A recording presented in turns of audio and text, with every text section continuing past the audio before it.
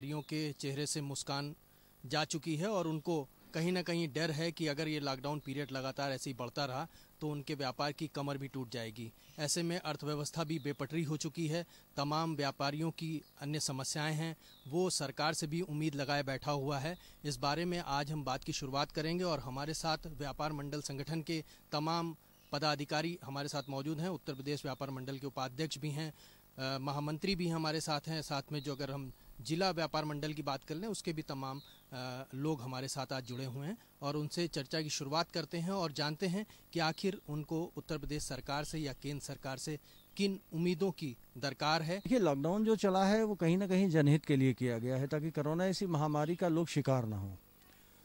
लेकिन अगर इस बात की जाए कि सबसे ज़्यादा प्रभाव किस पे पड़ा है, तो एक तरफ तो आप लेबर्स को आप देख सकते हैं कि वो सड़क पे हैं या चल रहे हैं या उनकी दिक्कतें हैं। लेकिन जिस वर्ग को आप देख नहीं सकते, जिस वर्ग को इस संसार में ये माना गया है कि वो दानी है, इनको कोई फर्क नहीं पड़ेगा।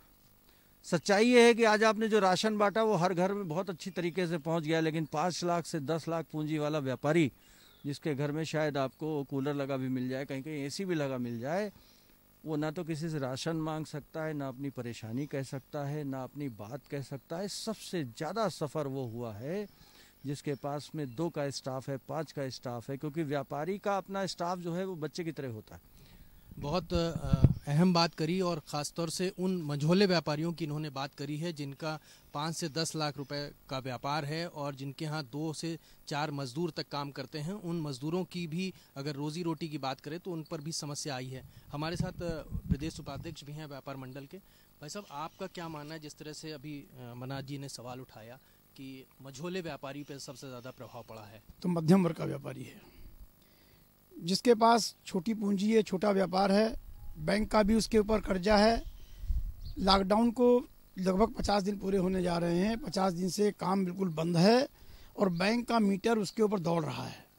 कम से कम केंद्र सरकार को अपने वित्त विभाग को माध्यम से रिजर्व बैंक को निर्देश देने चाहिए कि ऐसे व्यापारियों के लिमिट्स हैं, जो कर्जे हैं, बैंक लोन्स हैं, उनको लॉकडाउन पीरियड के कर्जे माफ़ करने चाहिए, उनके ब्याज पे माफ़ी देनी चाहिए उनको। जिस तरह से बात करी इन्होंने कि कर्जों को माफ़ी देनी चाहिए, आप क्या मानते हैं कि जिन लोगों ने लोन ले रखा है व्यापारियों ने, वो किस तरह से इस समस्या से निकलेंगे? बेसिक प्रॉब्लम सरकार की नीति से है। जैसे सरकार ने नीति बनाई एमएसएमई सेक्टर के लिए या स्टार्टअप के लिए कि आप 10 लाख रुपए तक का मुद्रा लोन अवेल कर सकते हैं। उसमें तमाम व्यापारी जो अपना कारोबार बढ़ाना चाहते थे उन्होंने भी लोन लिया। कुछ ने मुद्रा लोन के तहत लिया, कुछ ने डायरेक्ट लोन लिया। अब जब लॉकडाउन है, लॉकडाउन में आप ये कह रहे हैं कि ठीक है जीएसटी का नील रिटर्न जाएगा, एसएमएस से भेज दीजिए। आप मान रहे हैं कि बिक्री नहीं हुई, सरकार एक तरफ ये मान रही है, दूसरी तरफ बैंक की अगर ईएमआई चालू है तो उसका ब्याज भी चालू है। वहाँ वो डिफॉल्ट हो रहा है क्योंकि उसके पास पूंजी नहीं है। 20 तारीख को आप 22 को आपने पहला जनता कर्फ्यू लगाया, 21 से लोगों ने दुकानें बंद कर दी थी। 20 तक जो भी रकम थी वो क्लोजिंग 20 तक देखते हैं हम लोग, तो उस नाते बैंक में चली गई या पेमेंट हो गए, तो लिक्विडिटी तो शॉर्ट थी ही व्यापारी के पास में। लेकिन आपने जिस तरह से कहा कि सरकार ये मान रही है और सरकार जान भी रही है, लेकिन सरकार के भी सामने तो एक चुनौती है कि अगर वो व्यापारियों से मान लीजिए जीएसटी नहीं लेती या टैक्स नहीं लेती या कुछ भी, तो उसकी अर्थव्यवस्था तो पूरी तरह से बेपटरी हो चुकी है। तो आखिर उसका रेवेन्यू कहाँ से जनरेट होगा? रेवेन्यू जनरेट करने के तरीके होते हैं। सरकार ने लॉकडाउन जिस तरीके से घोषित किया, मैं जनहित में इसको बिल्कुल सही मानता हूँ। लेकिन कहीं ना कहीं जब आपको मालूम था पेंडेमिक स्थिति है, लॉकडाउन आगे बढ़ेगा, तो कहीं ना कहीं उद्योगों को छूट देनी चाहिए थी, राहत पैकेज की घोषणा करनी चाहिए थी। जैसे बड़ी बात है कि 5 लाख रुपए तक की इनको एक लोन की जो है वो समाप्ति की घोषणा करनी चाहिए कि अगर 10 लाख रुपए तक का लोन लिया है, 20 लाख का लोन लिया है, तो भी उसको 5 लाख का रिलीफ टेंटेटिव देना चाहिए। और उसमें 1 लाख का लोन लिया हो, 2 लाख का लोन लिया हो, 10 लाख का लिया हो, 20 लाख, 5 लाख का आपने ये बात करी कि 5 लाख का रिलीफ देना चाहिए। आप ये मध्यम वर्गीय को देख करके बात कर रहे हैं, लेकिन अगर आप बड़े जो इंडस्ट्रियलिस्ट होंगे, यहाँ पर मैं आपको टोकूंगा, बात मध्यम वर्ग की नहीं है। कानपुर के श्रम आयुक्त ने एक आदेश जारी कर दिया कि जो भी अपने कर्मचारी को तनख्वाह नहीं देगा एफआईआर उसकी लॉन्च हो जाएगी। उसी जगह पंजाब जो इंडस्ट्री का हब है, उन्होंने आदेश जारी किया कि 2500 रुपये मिनिमम वेतन दे करके आप उनको खाने पीने का इंतजाम करिए। तो कहीं ना कहीं हमारी सरकार के द्वारा जो स्टेट गवर्नमेंट के जो हुक्मरान हैं, उन्होंने कहीं ना कहीं हमारी सरकार को फीड गलत किया और उन्होंने उनको पूरी बात नहीं बताई। आज मैं उदाहरण देता हूँ आपको। मेरी दुकान में 6 कर्मचारी हैं, उनकी तनख्वाह मैं बराबर दे रहा हूँ, मेरी आमदनी नहीं है। अगर आप बड़े व्यापारी पे चले जाते हैं तो 7 शोरूम वाले सड़ाना शोरूम में 200 कर्मचारी है। अगर आप इंडस्ट्री की बात कर लेते हैं तो एक सरिया मिल में आप पता करिए कितने आदमी हैं। उसको ऑफिस रन करने के लिए 15 आदमी चाहिए। डिस्ट्रीब्यूटर एसोसिएशन जो हमारी है वो 15 से 100 आदमी के बीच में काम करती है। सरिया मिल की आपने बात करी, जो सरिया इंडस्ट्री लगाए हैं उनके बारे में आपका सजेशन क्या होगा, सुझाव क्या होगा? मिनिमम वेजेस पे सरकार कहती तो निश्चित तौर पे आप जानिए कि वो अपने किसी कर्मचारी को भूखा ना रहने देते। लेकिन जब आप बात करते हैं कि किसी की 20,000 तनख्वाह है, किसी की 10,000 है, किसी की 30,000 है, आपको सारी तनख्वाह देनी है तो वो कहाँ से लाएगा? मिनिमम वेजेस से आपका मतलब कितना मिनिमम वेज आप मानते हैं? खान पान का खर्च चल लगभग कितना? 3 से 4 हजार रुपए का आदमी का राशन का खर्चा मिल जाए। 3 से 4 हजार रुपए मिनिमम वेज की इन्होंने बात करी। आपका भी व्यापार है, आप मिठाई का आपका कारोबार है बड़ा। ऐसे में अगर आप बात करिए तो लंबे समय से लॉकडाउन पीरियड चल रहा है, पूरी तरह से व्यापार आपका ठप है। आप क्या उम्मीद लगाए हुए हैं कि अगर भविष्य में और लॉकडाउन बढ़ता है या ये महामारी और चलती है तो किस तरह से आप अपने को पटरी पे लाएंगे? सर हमारे वहाँ तो लेबर है, लेबर का खर्चा नहीं निकल रहा है। दुकान पे जितना भी आदमी था सब भाग गया है, सब बिल्कुल लॉकडाउन की वजह से बंद पड़ा हुआ है। यही सब परेशानियां हैं। तो जो लेबर आपके यहाँ था, क्या आप दोबारा उसको बुलाएंगे काम पर? अब दोबारा जब खुलेगा तब वो आएगी तो आएगी, नहीं आएगी तो नहीं आएगी। पेमेंट तो हम दे ही रहे हैं उसको। पेमेंट आप दे रहे हैं तो कैसे, खाते में दे रहे हैं? नहीं तो कैश में हम लोग दे रहे हैं।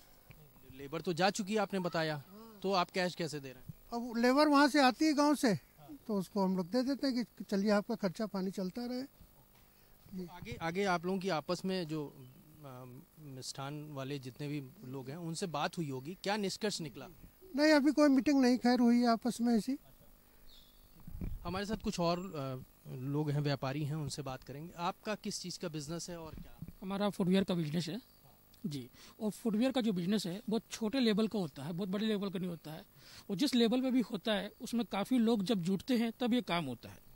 और हमें आवश्यकता है उन कारीगरों को बचाने की जिनकी ज़रूरतें बहुत ज़्यादा हैं। आज उनकी ज़रूरतें 50 दिनों से बंद है। हमारे पास भी 2-3 स्टाफ हैं, उनकी रोजी रोटी भी दांव पे लगी हुई है। हमारा कारोबार भी 50 दिन से बंद है, हमारी आय बंद है। हम लोग तो अब ये उम्मीद करते हैं कि जो कोरोना महामारी की वजह से लॉकडाउन एक बहुत ही अति आवश्यक था, लेकिन अब समय आ गया है कि लॉकडाउन को खोलने के बारे में हम विचार करें, क्योंकि जैसी चर्चा चल रही है सारे देश में, देश की अर्थव्यवस्था गड़बड़ा चुकी हुई है और उसके साथ साथ व्यापार भी लगभग मध्यम श्रेणी का जितना व्यापार है वो तबाह हो चुका है। आज व्यापारी और व्यापार तबाह के कगार पर है। और अगर हम अपने भविष्य की तरफ देखें तो वो अंधकार नजर आता है, क्योंकि सरकार ने उद्योगों को छूट घोषणा की है, गरीबों के लिए छूट की घोषणा की है, लेकिन जो मध्यम व्यापारी है, जो रोज कमाता था और रोज खाता था, क्योंकि मध्यम व्यापारी के पास इतनी पूंजी नहीं होती है कि उसके पास कोई बहुत ज्यादा बैंक बैलेंस हो। 50 दिन बीत चुके हैं, हमें अपने कर्मचारियों को तनख्वाहें भी देनी है, बिजली के बिल में भी हमको छूट नहीं, फिक्स चार्ज तक में छूट नहीं है और सारे तरह के टैक्सेस देने हैं। बैंकों की जो हमारा लोन है, जो किस्तें हैं, वो भी देनी है हमको। सरकार ने छूट जरूर दी है कि 2-3 महीने ना दें, लेकिन देनी हमको फिर भी है। देनी है तो सरकार से आपकी उम्मीदें हैं वित्तीय, अगर हम बात करें तो कहीं ना कहीं आप वित्तीय सपोर्ट चाह रहे हैं सरकार से, तो किस तरह से सरकार सपोर्ट करेगी? सरकार के भी सामने चुनौतियां हैं, आप मानते हैं इस बात को? सरकार के सामने चुनौतियां हैं, लेकिन सरकार के पास विकल्प होते हैं, सरकार के पास जमा पूंजी होती है। अगर सरकार अरबों लाख रुपए, करोड़ों लाख रुपए उद्योगपतियों को माफ कर सकती है, तो जैसा कि हमारे वरिष्ठ महामंत्री जी अमरनाथ मिश्रा जी ने कहा है कि व्यापारियों के लिए भी कम से कम एक मध्यम व्यापारी के लिए जो जीएसटी में रजिस्टर्ड है 5-5 लाख रुपए की सहायता उनको जानी चाहिए, ताकि वो अपना काम आगे स्टार्ट कर सके। और जब उनका काम चलेगा तभी देश की अर्थव्यवस्था भी चलेगी। आपका भाई साहब क्या मानना है, जिस तरह से जो बातें उठ रही हैं कि भाई सरकार से सब मदद की गुहार लगा रहे हैं, लेकिन सरकार भी पशुपेश में है कि क्या करे, क्योंकि उसके पास साधन बहुत लिमिटेड होते हैं। हालांकि भाई साहब का कहना है कि उनके पास तमाम रास्ते होते हैं, क्या आप कहेंगे? मैं तजिंदर सिंह, इलेक्ट्रॉनिक की मेरी शॉप भी है और मैं इलेक्ट्रॉनिक व्यापार मंडल का महामंत्री हूँ लखनऊ का। सरकार के पास तो विकल्पों की कोई कमी नहीं, मगर साथ में अब कोरोना जो है, अभी कोई वैक्सीन तो बनी नहीं, हम लोग को इसके साथ रह के जीना है। कल हम लोग के जो मुख्य सचिव जी हैं लव अग्रवाल जी केंद्रीय, वो बता रहे थे कि ये अब लड़ाई लंबी चलेगी, तो लंबी चलने के लिए हम लोग को दुकानदारों को, उद्योगों को जैसे छूट मिली है, छोटे दुकानदारों को भी सरकार छूट दे, जिससे वो अपनी आजीविका भी चलाएं और साथ में और लेबरों को भी चलाएं।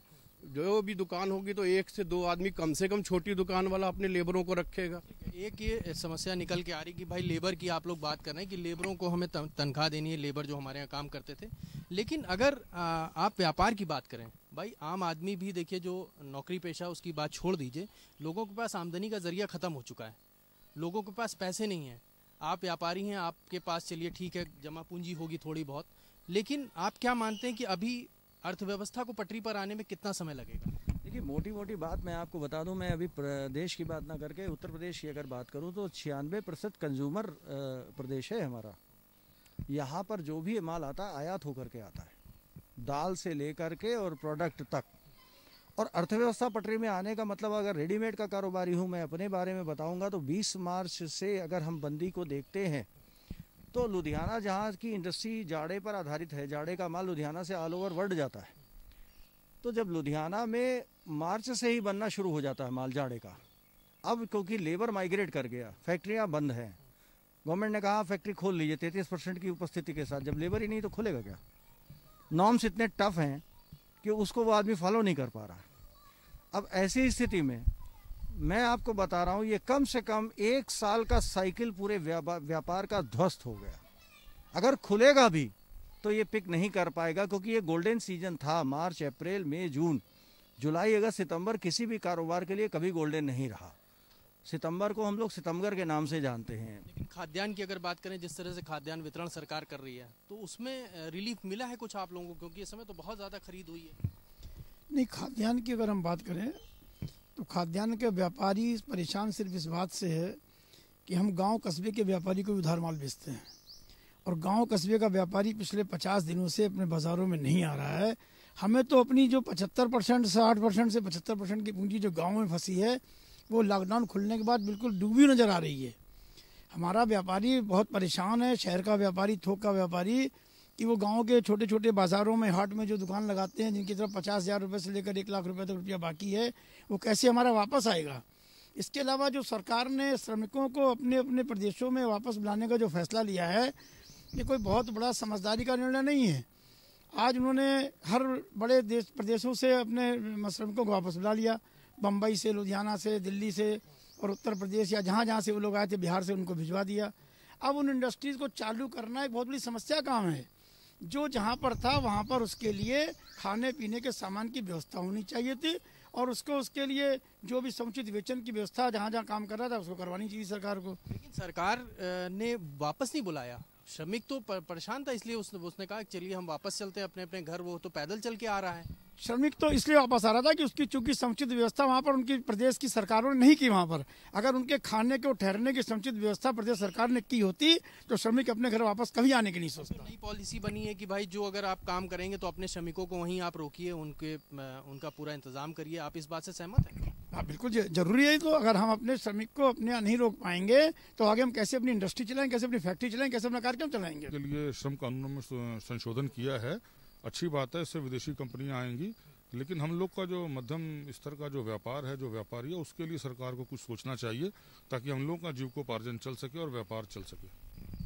तो ये मध्यम वर्गीय व्यापारियों की कुछ समस्याएं हैं, इसके बारे में चर्चा जारी रहेगी। देखते रहिए के न्यूज़। वक्त हो चुका है एक छोटे से ब्रेक का।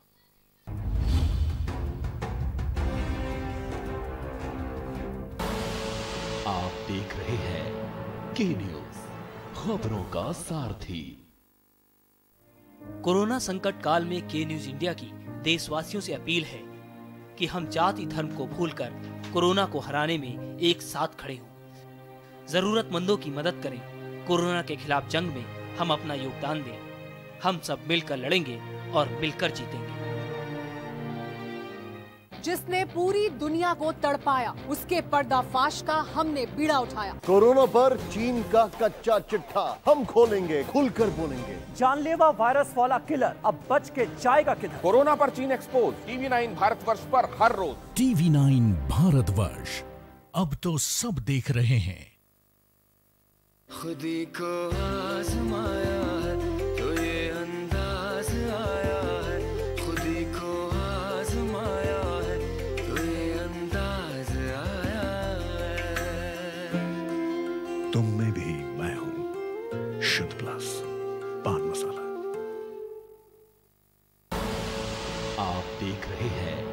के न्यूज, खबरों का सारथी।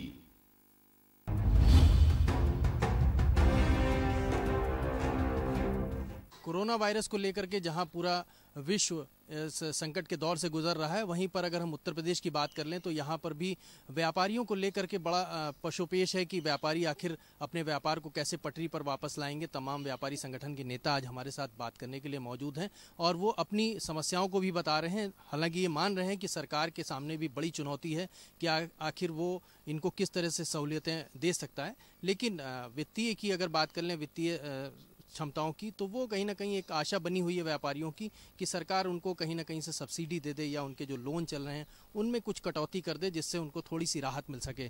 हमारे साथ कर्मचारी संगठन के जो प्रदेश उपाध्यक्ष हैं वो हैं। भाई साहब, ये बताइए, जैसे लॉकडाउन मान लीजिए खुला, लॉकडाउन धीरे धीरे ढील दी जाने लगी है लॉकडाउन को लेकर के, लेकिन जो दुकानदार हैं वो होलसेलर के ऊपर ब्लेम कर रहे हैं कि होलसेलर नहीं खोल रहा, होलसेलर कह रहा है कि हम सप्लाई कैसे करें। इसको लेकर के क्या समस्याएं आ रही हैं? बिल्कुल समस्या है भाई। देखिए, ये ऐसा मर्ज है कोरोना वायरस, सोशल डिस्टेंसिंग ही इसका इलाज है। अभी कोई इसका उपचार हुआ नहीं, कोई वैक्सीन बनी नहीं है। सोशल डिस्टेंसिंग कैसे मार्केट के अंदर मेंटेन हो? चलिए सैनिटाइज़र हम रख लेंगे दुकान के ऊपर, आने वाले को सैनिटाइज करा देंगे, लेकिन 6-6, 7-7 फुट की दुकानें हैं, पूरे मार्केट हैं, एक एक दुकान पर 10-10 कस्टमर आता है, कस्टमर को व्यापारी वापस नहीं कर सकता है। सोशल डिस्टेंसिंग मेंटेन करना बहुत बड़ी चुनौती है व्यापारी के लिए। इसके अलावा सरकार ने कह दिया इलेक्ट्रीशियन दुकान खोलेगा, टेक्नीशियन दुकान खोलेगा। टेक्नीशियन दुकान खोल कर क्या करेगा? बिजली की दुकानें बंद हैं, प्लम्बरिंग की दुकानें बंद हैं और हार्डवेयर की दुकानें बंद हैं। अगर वो मान लीजिए साइकिल की दुकानें बंद हैं, वो कहाँ से लाएगा? अभी मेरे घर की बिजली खराब हो गई, मैंने पंप खराब हो गया, मैंने बुलवाया, बोला इसका स्विच खराब हो गया, मैं स्विच कहाँ से लाऊं? सरकार को अगर व्यवस्था सही ढंग से चलानी है, कुछ ट्रेड को क्रम वाइज धीरे धीरे हफ्ते में 2 बार या एक ही बाजार के अंदर आधी दुकानें आज खुलें आधी कल खुलें, इस तरह से एक चार्ट बनाकर, कोई रूपरेखा बनाकर बाजारों को खुलना देना चाहिए। सरकार ने तो कहा ही है कि इसेंशियल जो सर्विसेज हैं उनकी दुकानें खुलेंगी। इसेंशियल सर्विसेज में केवल वो किराना को मानती है, मेडिसिन को मानती है। इसेंशियल सर्विसेज में उन चीज़ों को नहीं मानती है। आप क्या मानते हैं? सरकार ने तो कहा है कि भाई इसेंशियल सर्विसेज की सारी शॉप्स। आप मिस इंटरप्रेट कर रहे हैं। सरकार ने कहा loan shop and services, shops नहीं कही है, लोन शॉप के 20 मीटर के दायरे में कोई दुकान ना हो। तो इसमें व्यापारियों में विवाद फैल रहा है। जिसकी दुकान मान लीजिए लाटूस रोड पे साइकिल की है और साइकिल एसोसिएशन लाटूस रोड पे है और उनमें से 2 का वेयर हाउस है ट्रांसपोर्ट नगर में, वो उस मानक के अधीन आता है, वो माल बेच रहे हैं और 40 बैठे गरिया रहे हैं। तो ये भी एक प्रॉब्लम आ रही है। दूसरी बात जो अभी अध्यक्ष जी ने कही, कहने लगे कि उसका फीडर कहाँ से? सरकार को चेन समझना होगा। अगर आप जैसे शुरू में लखनऊ में हम लोग लड़े कि होलसेल मार्केट खोल दी तो ट्रकवाना बंद, तो अगर इंदौर से दाल का ट्रक नहीं आएगा तो ये होलसेलर बेचेगा कहाँ से? तो ये चीजें धीरे धीरे सरकार के लिए तो सरकार ने कहा भाई कोई भी वाहन नहीं रोके जाए, चावल दाल जो भी शासनादेश उठाइए। देखिए कितने दिन बाद ध्यान में आई है, एक एक चीज ऑन रिकॉर्ड है। लेकिन अब तो आ गया ना, अब तो आ गया, लेकिन बाकी चीजों पे जो आप डिबेट कर रहे हैं, आप मुझे बताइए, आपने ऑनलाइन शिक्षा अलाउ कर दी। ऑनलाइन शिक्षा जब तक किताब कॉपी नहीं होगी, क्या वो कंप्यूटर पे ही लिखता रहेगा या कंप्यूटर पे किताब खोल के ई बुक पढ़ेगा? इतना बच्चा हमारा स्मार्ट नहीं हुआ है। तो आपको स्टेशनरी और बुक्स को तो उसको प्रोवाइड करना चाहिए। अब स्टेशनरी बुक्स लॉकडाउन में है। अब खुल गई, अब तो खुल गई। नहीं सर, अब खुल गई नहीं, किताबों की दुकानें खुल नहीं सर खुली। आप आदेश दिखा दो, आज भी बंद है। आप यूनिवर्सल को फोन करके पता कर लो, मैं आपको नंबर देता हूँ। अभी तक उस पर निर्णय नहीं हुआ। स्टेशनरी मार्केट पूरी अमीनाबाद में बंद है, निजी दफ्तर आपने खोल दिए। अभी हमारे अध्यक्ष जी ने कहा कि उनके पास A4 का कागज नहीं है ई-बिल डाउनलोड करने के लिए। ये कहाँ से फीड होगा? आप इलेक्ट्रॉनिक्स और इलेक्ट्रिकल्स दो। सोल्यूशन क्या है इसका? सोल्यूशन क्या है कि भाई कोरोना वायरस से भी हमको बचाना है, लोगों को महामारी भी फैले ना, इसको भी देखना है, व्यापारियों को भी देखना है, तो सरकार भी तो मजबूर है। उसके लिए रास्ता क्या है? 50 दिन में सरकार अपने हुक्मरानों के साथ मंथन कर रही है। सरकार अपने एक कोर कमेटी बैठा रही है। क्या सरकार ने एक बार भी हमारे जनप्रतिनिधियों के साथ ये मंथन किया कि इसका सॉल्यूशन क्या है? खेती करने वाला ही तो बताएगा बीज कैसे बोया जाए। और अगर हमसे पूछते तो हम बता सकते हैं ना। आप बाजार खोल दोगे, 6000 दुकानें अमीनाबाद में हैं, 1250 अहियागंज में हैं, 950 अकबरी गेट में हैं, नखास में 500 दुकान है। ऐसे ऐसे आप गिनो तो भूतनाथ मार्केट में 900 दुकान है, आलमबाग में 700 दुकान है, नाका हिंडोला पूरा अगर एरिया कवर करते हैं 2000 दुकानें हैं। और एक एक मकान मतलब एक एक मार्केट के अंदर 10-10 दुकानें। प्रीत बाजार को आप चले जाइए, एक एक कॉम्प्लेक्स में 50-50 दुकानें हैं। तो कैसे सोशल डिस्टेंस मेंटेन करेगा? उसको एजुकेट करना पड़ेगा, उसके साथ उसकी प्रॉब्लम को शेयर करके उसका सॉल्यूशन निकालना पड़ेगा। ये बड़ी बात कही कि आखिर सरकार के जो नुमाइंदे हैं, जो आईएएस अधिकारी हैं, जो ब्यूरोक्रेट्स हैं, उनको कम से कम व्यापारियों के साथ बैठ करके उनकी भी समस्याओं को सुनने के बाद किसी भी तरह का निर्णय लेना चाहिए। कुछ और व्यापारी हमारे साथ, आपका किस तरह का काम है और क्या समस्या आ रही है? सैनिटरी का व्यवसाय है अपना, लेकिन उसमें जैसे कि बताया गया, वरिष्ठ महामंत्री जी ने हमारे जैसे बताया, अध्यक्ष जी ने बताया, प्लम्बरों के लिए आपने कह दिया प्लम्बर खुल जाए, प्लम्बर जा रहे हैं काम करने, लेकिन प्लम्बर मटेरियल कहाँ से खरीदेंगे? प्लम्बर जब मटेरियल खरीदेगा तभी तो उसको लगा पाएगा। कुछ दुकानें आपने खोल दी हैं, होलसेल मंडी उसकी हिवेट रोड है, हिवेट रोड आपने बंद कर दिया है। हिवेट रोड से जब होलसेल मंडी बंद है तो अनदर जहाँ पे दुकानें खुली हुई हैं वहाँ पर कैसे लोग माल बेचेंगे? उनके पास जो माल है वो बेच रहे हैं, बाकी खत्म। शॉप्स खोलने के लिए ये आदेश आ जाना चाहिए कि शॉप्स खुल जाएं। अगर शॉप्स खुलती हैं तो क्या मानते हैं कि जो सोशल डिस्टेंसिंग का फॉलो करने के लिए गवर्नमेंट ने कहा है वो कहीं ना कहीं होगा? 50 दिन के लॉकडाउन में देशवासियों की मानसिकता कोरोना को समझने की बन चुकी है, कोरोना से बचने की बन चुकी है, और अब समय आ गया है कि चरणबद्ध तरीके से सरकार लॉकडाउन को खोलने की दिशा में काम करे, नहीं तो अर्थव्यवस्था तबाही के कागार पर आ जाएगी और व्यापारी तबाही के कागार पर आ जाएंगे। आज पान मसाले को खोल दिया गया है, शराब की दुकानें खुल चुकी हैं, सब्जी मंडियां खुल चुकी हैं। जिस तरह थोड़ा बहुत वहां पर भी उल्लंघन हो जाता है सोशल डिस्टेंसिंग का, व्यापार में भी होगा, लेकिन चरणबद्ध ढंग से अगर व्यापार को खोलने की दिशा में नहीं बढ़ेंगे तो हमारे प्रधानमंत्री ने जैसे कहा है कि जान भी और जहान भी, तो ना जान बचेगी ना जहान बचेगा। इसलिए चरणबद्ध तरीके से इसको खोलने की दिशा में काम करना चाहिए। जैसा कि इन्होंने कहा कि भाई ना जान बचेगी ना जहान, प्रधानमंत्री जी ने जो अपील करी है, क्या आप इनकी बात से सहमत हैं? नहीं, जान और जहान का विषय ना होता तो व्यापारी इतना आगे आकर के समर्थन न करता। आज आप शहर में, मैंने बार बार कहा, आज हमारा स्टेशनरी एसोसिएशन को आप देख लीजिए, 50 दिन से वो उसकी गरीबों में खाना वितरण हो रहा है। सराफा एसोसिएशन ऐसे ही कर रही है। हमारे खुद यहियागंज से तमाम पैकेट बट रहे हैं, अभी भूतनाथ से पैकेट बट रहे हैं, ट्रांस गोमती की हमारी इकाइयाँ बांट रही हैं, आलमबाग बांट रहा है। तो ये कहीं ना कहीं व्यापारी अपना संचित धन ही तो प्रयोग कर रहा है। लेकिन मेरी पीड़ा ये है कि आप कहते हैं व्यापारी इस देश की अर्थव्यवस्था की रीढ़ की हड्डी है। प्रधानमंत्री जी का बड़ा स्वागत है कि 19 में जीतने के बाद उन्होंने जवान, किसान और व्यापारी का तीसरा नाम लिया, हम बहुत स्वागत करते हैं। लेकिन कहीं इस कोरोना काल में इस वर्ग को उपेक्षित छोड़ दिया गया। इसकी बात आपने ताबड़तोड़ निर्णय ले, मैं तो एक शब्द यूज करना चाहूंगा, सिन प्रोडक्ट्स आपने खोल दिए। एक पिन पॉइंट बोल रहा हूँ, सिन प्रोडक्ट्स, शराब और तंबाकू दोनों से नुकसान है। मसाला तंबाकू साथ ही बिकता है। तंबाकू के लिए प्रतिबंध है ना, निकोटीन युक्त गुटखा पे प्रतिबंध है सर।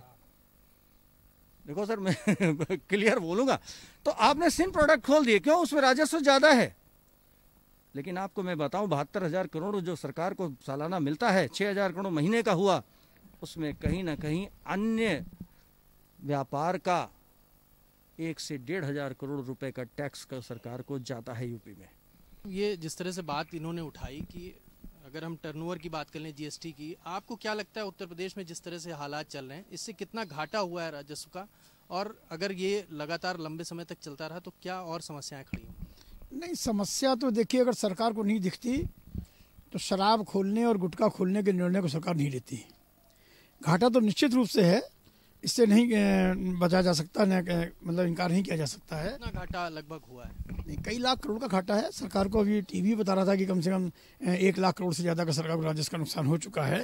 लेकिन नुकसान केवल राजस्व का अगर सरकार को है तो उसके राजस्व के चिंता कर रहे हैं आप, उस व्यापारी के घर परिवार की चिंता कीजिए। हर व्यापारी भामाशाह नहीं है, हम भामाशाह हैं। भामाशाह इसलिए कि अगर 10 रुपये भी जेब में है तो 9 रुपया दूसरे को दान देने की हैसियत रखते हैं, जज्बा रखते हैं, अपने मन में ऐसी भावना रखते हैं, और उस भावना को हमने कोरोना काल में दिखाया है।